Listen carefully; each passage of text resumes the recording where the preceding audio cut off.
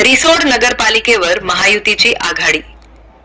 रिसोड नगरपालिकेमध्ये माजी मंत्री अनंतराव देशमुख व विधान परिषद आमदार भावनाताई गवळी यांच्या अथक परिश्रमाने 14 ठिकाणी महायुतीला विजय प्राप्त झाला.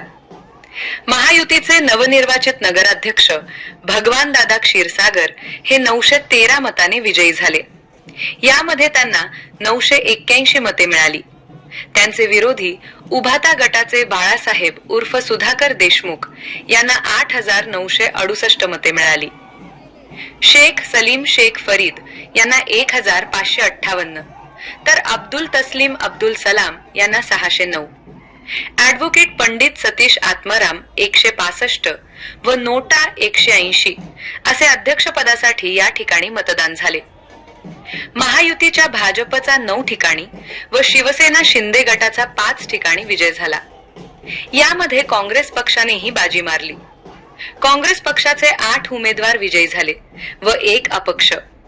यामध्ये महायुतीच्या सर्व कार्यकर्त्यांनी रिसोड नगरीमध्ये जल्लोषात नवनिर्वाचित अध्यक्ष व महायुतीच्या सर्व उमेदवारांची मिरवणूक